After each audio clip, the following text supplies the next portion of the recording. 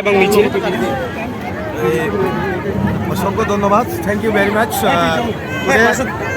আমি প্রথমত আমাদের সাংবাদিক বন্ধু ভাই এবং আমাদের এই সোশ্যাল মিডিয়াকে প্রথমত আপনাদেরকে থ্যাংক ইউ এবং ধন্যবাদ জানাই।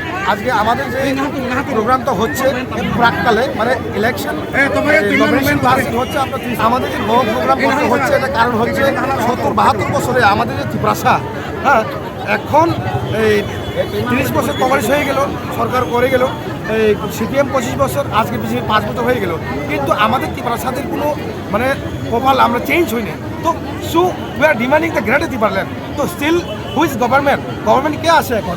মোদিজি এবং অমিত শাহজি। তো আমরা এবার কিন্তু ছাড়বো না কাউকে।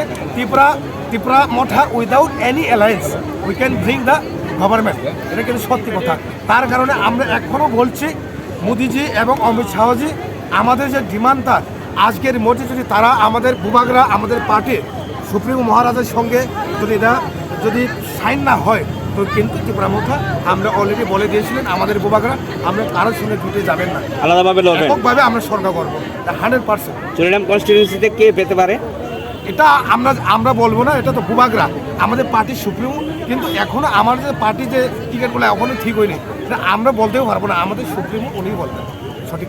তাহলে ত্রিপুরা মতার প্রার্থী চুরিরাম কনস্টিটিউয়েন্সিতে যেভাবে আপনারা কি আশাবাদী জয়লাভ করবেন? ইয়েস, এখানে দৃশ্যকর্তা 10,000 ভোটে ফেল করবেন, 100%। আপনি লিখে রাখুন 10,000 ভোটে ফেল করবেন।